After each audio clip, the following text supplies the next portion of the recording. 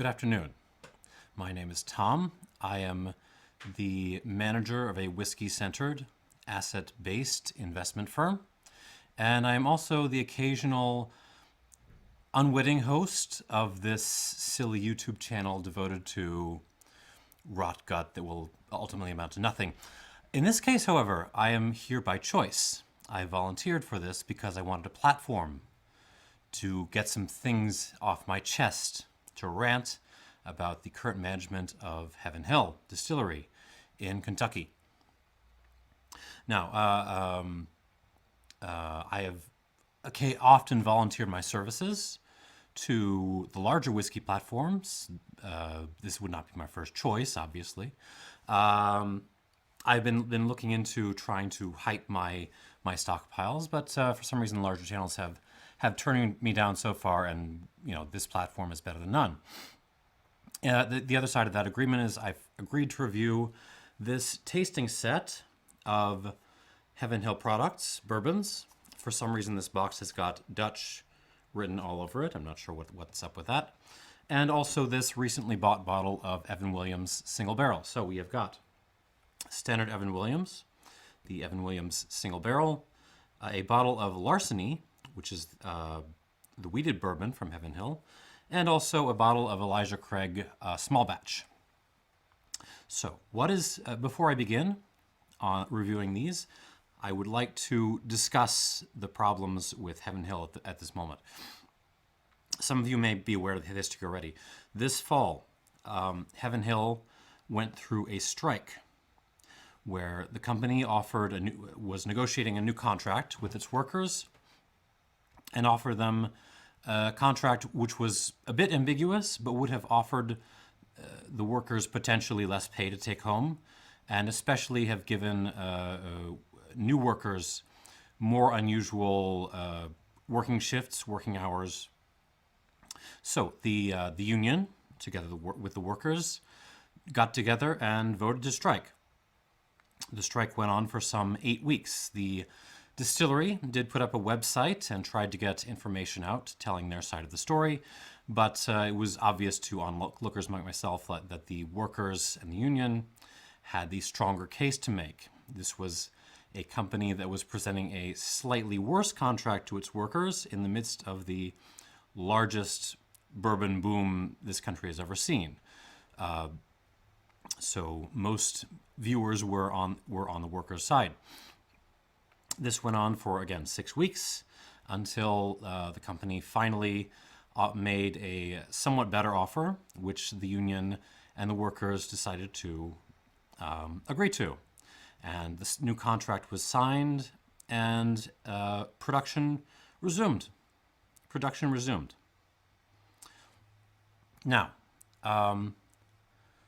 what an extraordinary botch on the part of Heaven Hill management. I mean, they had such a missed opportunity from this crisis.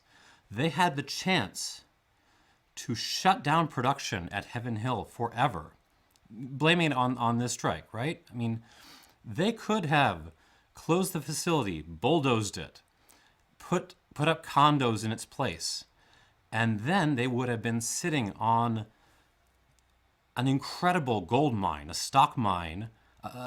stockpile of old whiskey aging away from a shuttered distillery that would never produce again. And they could have sold this off for whatever price they wanted to.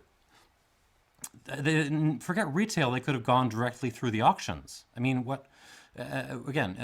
so am I the only one who thought of this? I mean, when I say it like this, it's obvious, right? Seriously? Am I the only one that this occurred to? I mean, was I the only one paying attention in business school? I mean, if you don't get what I mean, let's go back to economics 101, right? The first thing you learned was the supply and demand curve, right? What does that mean? What does that mean? The supply and demand of a product are inversely related. If you produce more of a thing, like if you make more whiskey, the demand goes down, prices go down. You are literally robbing yourself of money by making more of this stuff. On the other side of that, if you cut the supply, reduce the supply, put a stranglehold on it, all of a sudden demand goes up, your price goes up. Suddenly you've made more money, right? It's so the idea that you make money by producing things is an old-fashioned poisonous lie. The people who produce things for a living, the people who find things, who make things, who move things around, who put things on store shelves, and those people are really basically leeches, taking money out of the pockets of people like me who are doing the really important economic work, namely the people who are basically stockpiling things that are scarce, cornering the market on things that are scarce or socially necessary maybe. And then whenever people want them, we shake them down for all their worth. That is how the real wealth is created. That is how you really make money in this economy. To make it even simpler, if you remember the start of the pandemic, those guys who were buying up, the big stockpiles of Purell. Obviously, you can make some kind of moral objection to stockpiling an important health product. I don't really care. But more importantly, you can make a strategic objection to them that they didn't get the lawyers and the lawmakers on their side. But the point being, they at least understood the basics of the modern economy better than the people running Heaven Hill, who could have, again, just shut the place down and just sat back and watched the money roll in as people demand, limited special edition, extra aged, extra finished Heaven Hill releases from when there was never going to be any more. Not to say I'm not sympathetic. If you happen to be sentimental to the old art of, distilling and aging and, selling whiskey in the old-fashioned way, okay, fine. I'm sure the workers and the management both have some, connection to doing that, whatever. But there's smarter ways to do it, and there's better ways to do it. And so just for an example, consider shutting down Heaven Hill, again, bulldozering the buildings, but then, sell all the old equipment to yourself, right? Take all the old equipment and just set up another distillery a couple miles down the road with the same equipment. Then you have a new distillery, but it's got sentimental value because it's got the old Heaven Hill equipment. And then you can sell limited release, first edition releases of everything coming out of that distillery, which is great. And all at the same time, you have the old Heaven Hill stocks, right? There's never going to be any more of those, so you can corner the market on those and sort of squeeze everyone whenever they want some of the original stuff, right? And then of course, a couple of years down the road, when there's some kind of crisis, you can shut down the new distillery and just repeat the whole process again. Like, this is how this works, right? It just blows my mind that the whiskey industry is so backwards as to not be thinking about these kinds of considerations. Think about the big money makers in the American economy at the present moment. Is the people, making stuff? No, it's insurance, real estate, so also landlords, gigantic internet platforms, and finance. And of course, you could say that some of those people do have little production things on the side, but it's entirely secondary to their main business, which is to sit on the basic necessities of life and sort of charge people money for living. Brilliant. It's the most purest, simplest, most perfect, beautiful, sustainable way of making money that has ever been. There's no labor. There's really ultimately not a lot of labor required. There's not a lot of capital required in the old-fashioned sense, at least. Even the old-fashioned monopolies, say the airline industry, couldn't dream of that. Just completely actually doing stuff to the side and somehow making money anyway. So whiskey should really be heading in that direction. I mean, what is this? I mean, negotiation, you know, contract negotiations and fights between like labor and management. What is this? It's like the 1890s or something. We've moved on. Like, and the whiskey industry needs to get it together. I mean, so here's hoping some of this message gets out, and sanity prevails, and hopefully Heaven Hill and other distilleries like it just stop making whiskey. I think it would be better for everyone all around. In any case, though, we now come to the part of the video which is my least favorite, where I actually have to taste these things. I myself do not drink. I find it silly. Why would I be, literally pissing away my money? I do occasionally have a weakness for Rombauer Chardonnay, but we're all only human, right? So I will, before this tasting, as is custom on this channel, I will add a few drops of water to quote-unquote open these up. The scientific accuracy of that escapes me, but whatever.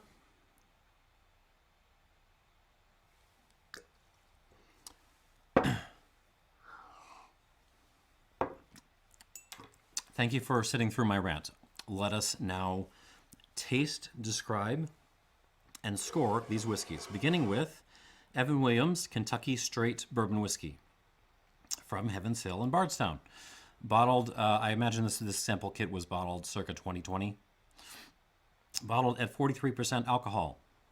On the nose. So it's quite young. Modern bourbon, so the distillate is not having a great deal to say. It is a bit kind of simple, fruity acetone driven. It smells a bit like keto breath.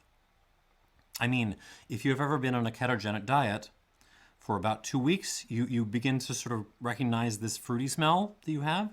I myself do not rely on the ketogenic diet very often.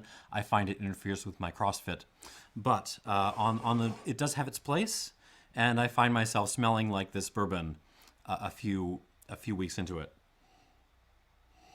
Pencil shavings, vanilla, a few dried cherries, twigs, leaves, some light creme brulee. So confectionery notes, but also ashy, burned at the same time. A slight toasted nutshell kind of note. For the strength, there is more alcohol nip than what may have been anticipated. It does smell a bit nippy. All in all, though, a perfectly acceptable nose, not bad. On the palate,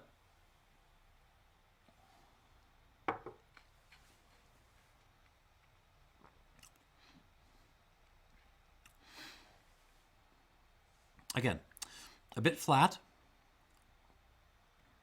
quite a basic bourbon, basic modern young bourbon, but perfectly acceptable. That is not to say it is awful in any way. The price point for this for a full bottle of this should be around $14, by the way, which is outrageous. You could take this same stock, age it in a Pinot Noir cask, release it as the limited edition Evan Williams Pinot Noir finish, and charge $60 to $80 for it. Why they're wasting their money releasing this kind of nonsense is beyond me. But it is perfectly acceptable as a bourbon.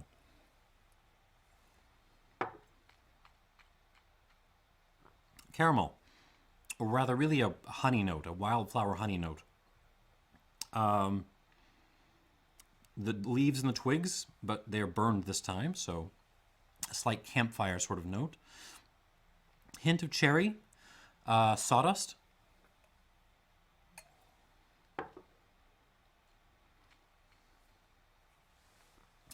Kind of a almost cotton No, almost like an old sweatshirt sort of note in this, along with those acetone, keto breath sorts of notes, and maybe a little bit of vanilla, a slight one vanilla bean would be added to the tasting notes on this.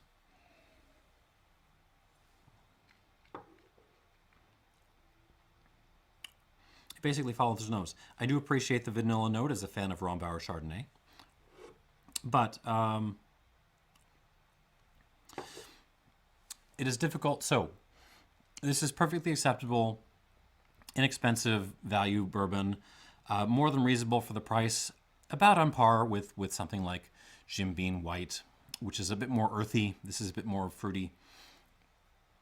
Both very good values, whence I suggest they should not exist in the modern economy. All of the stock for this should be going into Pinot Noir finishes and limited editions and that sort of thing. I do not understand this bottle of bourbon, but I will score it 77 points. 77 out of 100. Let us move on to the Evan Williams Single Barrel 2013 vintage Kentucky Straight Bourbon Whiskey. This costs about $30. Let that sink in. This is a single barrel vintage dated whiskey. This was barreled on September 4th, 2013, bottled on May 5th, 2021, from barrel 500. 500 should be collectible. What are they doing over there? And again, it's a 7-year-old bourbon, bottled at 43.3%, and again, selling for $30. It should be, again, this should be finished in something and selling for close to 100. But what do I know? What do I know? I'm just an investor. All right. On the nose of this single barrel, more going on. It has lost that keto breath kind of nose. More ashy, more peppery, less primary, more dense, for lack of a better word. Sawdust, but more on that sort of twigs and autumn leaves sort of note. So if you can imagine diving headfirst into a pile of leaves, as I used to do in my childhood, my misspent days. That is sort of the note you're getting on this, except the pile of leaves has been covered in some vanilla, some nutty notes. Maybe on top of the pile of leaves is exactly one vanilla almond croissant. Honeydew honey, so bitter honey, black pepper, lots of ash, quite a few toasted nutshells this time, and a hint of almond butter. This is a much more interesting nose. It's still not particularly vivid, but it is an interesting nose on the palate.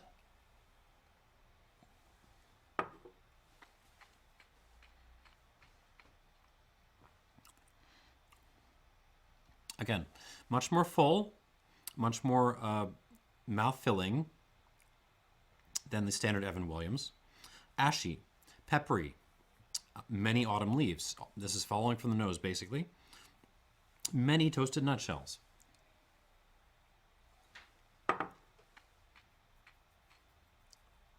Extremely honey now. The honey notes have actually come forward to take over the rest of the other notes, with the pepper hanging on, especially in the finish and on the outside. It's quite grippy. There's a nice long, ashy, dry finish. Various honeys involved in this, honeydew honey, but also clover honey, sort of more aromatic floral honey.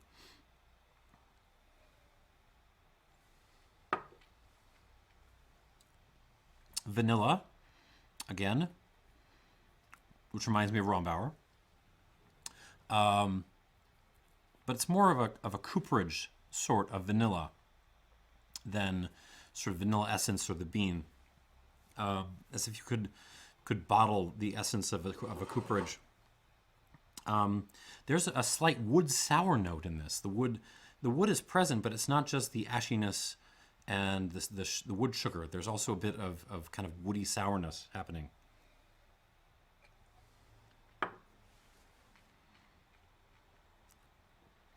Hints of southern sweet tea and allspice.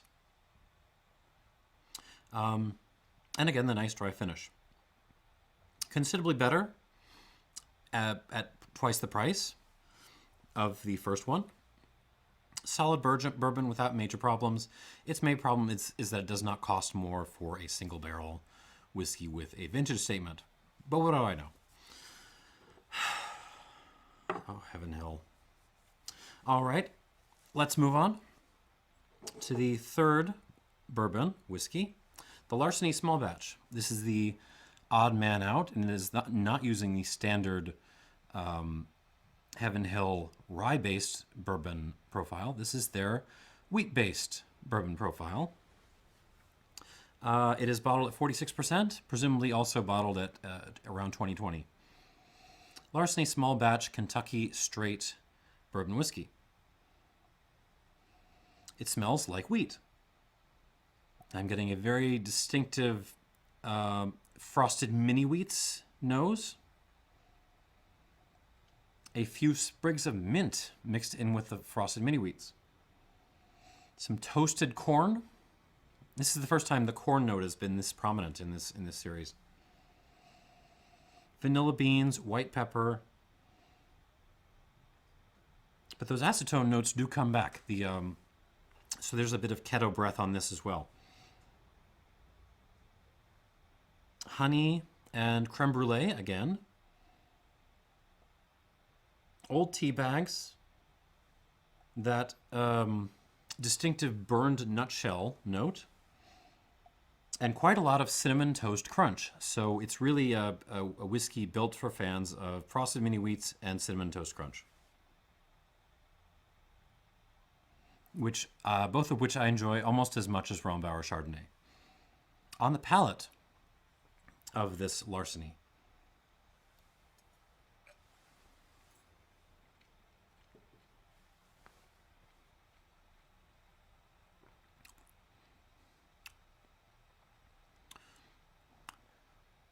Interesting. So while I found the nose on the Evan Williams more interesting, I believe I find the palate on the Larceny more appealing than the one on the Evan Williams. Did I score the Evan Williams? I believe I overlooked that. I would give the Evan Williams single barrel an 80 plus out of 100. To match the 77 out of 100 I've given the regular Evan Williams. This Larceny will score maybe a bit, very close to that, but maybe a bit higher. So on the palate again, the finish is the most appealing and interesting part of this whiskey in terms of its quality.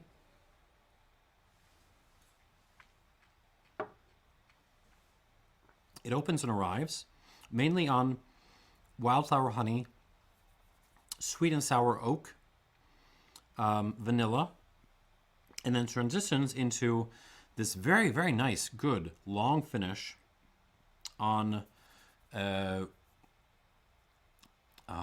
wood tannins, but the wine writers will occasionally use the term supple tannins. This has got supple tannins.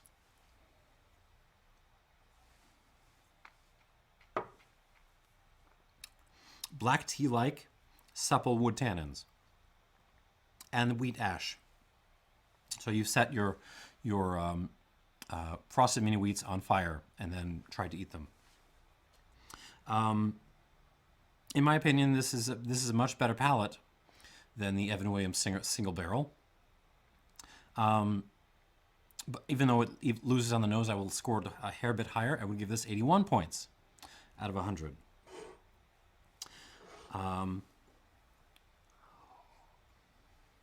That being said, the Larceny of everything on this table is perhaps the most baffling to me of all. This is a wheated bourbon.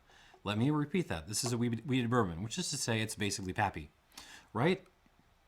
In the same way that Weller Special Reserve is basically pappy. And yet, this sits on the shelves while people pile into the stores in long lines to try to wait for a chance to enter a raffle to buy Weller Special Reserve. This is a far better whiskey than Weller Special Reserve, but it doesn't matter because for some reason, who is marketing this stuff? Who is running the marketing team at Heaven Hill? How do you fail to sell and make a marketing craze of a wheated whiskey in 2021? What are you people doing? But not a bad whiskey in terms of quality, although who cares about quality? 81 points. And finally, the Elijah Craig Small Batch Kentucky Straight Bourbon Whiskey. This used to be a 12-year-old, which is a humongous mistake because you could charge far more money for a 12-year-old than the $30-odd I believe this costs. They've now removed the age, which is the proper move. So at least they've done that right. Again, probably bottled in 2020. Bottled at 47% alcohol this time. On the nose. Loads and loads of sawdust and pencil shavings. Sweet tea, maraschino liqueur. Hints of soapstone, in fact. Pepper.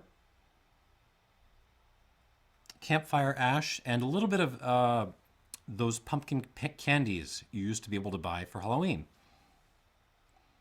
This is the most woody of the bunch. It also reminds me the most of a cooperage on the nose. This just smells like a working cooperage. I know because a few years ago I tried to purchase my own very, very large cooperage in the interest of controlling the barrel supply in order to basically strangle it. And I decided it would just be too much, way more trouble than it was worth. It seemed too much like actually owning something that was like, doing things. So that didn't happen. I regret nothing. On the palate of this Elijah Craig,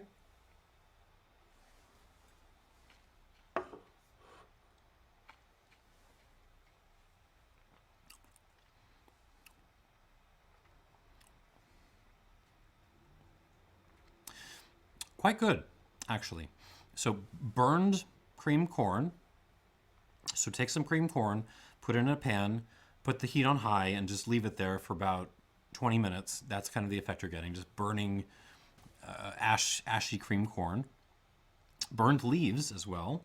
So throw some leaves onto your cream corn on boil. Lots of vanilla, lots of cooperage notes.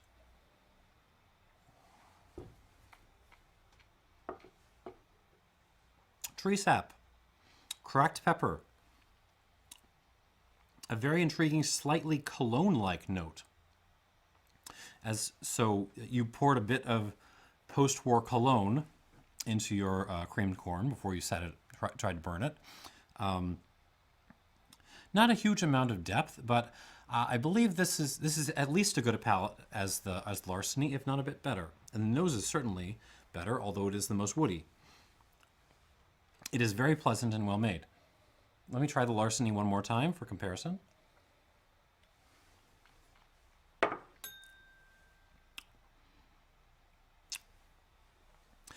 The Larceny has a slightly better finish, but it isn't as interesting the whole way through, whereas the Elijah Craig perhaps has more interest throughout its range.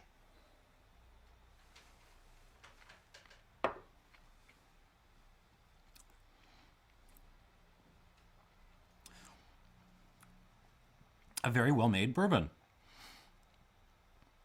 which leads me to wonder again, why are they selling this? Why are they selling this stock in the 30s when they could be, doing whatever shenanigans they need to do to sell it for, just north of $100 or so? Why? Why is this, so reasonable and so doing so well as QPR wise? This whole range, but in particular this Elijah Craig. I will give this 82 points out of 100. It is not quite up there to be called good, but it is extremely close. I appreciate this bourbon. I respect this bourbon for its quality. I do not understand why they're selling it at the price point that they are.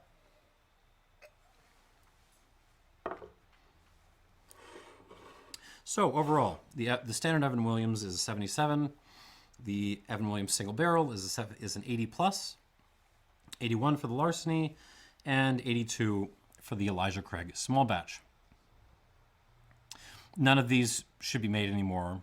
All of these stocks should be going into hiding somewhere to, put on more age and eventually, and more finishes, and eventually go out in some sort of special release form, possibly through the auction sites.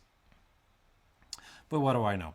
I will say, if you really want to keep your distillery running and you don't want to take my advice and you don't want to bulldoze the place and build condos, I mean, there's still other options out there for modernizing what you're doing. I mean, for one thing, just to come with an idea off the top of my head, consider making Heaven Hill Distillery into, call it a whiskey sharing platform. Let's call it so. In other words, it ceases to be a business in the old-fashioned sense. What you are is a platform where individuals can distill and age and sell their own whiskey directly to consumers, cutting out the middleman, right? I mean, they'd be doing all of that according to your rules and selling it under your brand, but because they're free entrepreneurs basically, and they can go into this with their free time, however much time they want to spend, anywhere from 10 hours a week to maybe 40, 60, 80, whatever they would like. They're free to choose their own hours. And in the meantime, because they are not labor and you don't really have to deal with them as such, they are just, free people using your platform to run their business. You yourself are then free to not give them any benefits, including health or vacation, to take as big a cut of their share as you would like, and to basically just sit and let them do all the work while you suck in the benefits. So that there's a way to do it. I mean, right? And you can still have your distillery and have everyone using the equipment. They're just not workers there anymore. Simple, right? I mean, am I the only one thinking about this? And if anyone complains about Heaven Hill not being the same anymore, no problem, because again, you're still sitting on your old stocks. They're getting older and older, and you can sell them to those complainers at whatever price they're willing to pay, and they should be willing to pay a lot. Again, like, do these people just hire me? Like, my fees are reasonable. I can write you a quick playbook for all this stuff, and shoot me an email, shoot me a DM. I'm here. I'm waiting to help, Heaven Hill. All right, that concludes this video, I suppose. I don't know what the workers and the management at Heaven Hill are really trying to accomplish by this whole continuing to make bourbon thing, but it's their choice, I suppose. If you're one of the poorers, I suppose you should be able to afford anything here, and it's reasonably good quality for what you're paying. And that's about all I can have to say. Thank you for watching and letting me get all this off my chest. And I hope you'll tune in next time I show up, if not for any of the other videos on this ridiculous channel. Thank you, and have a wonderful afternoon.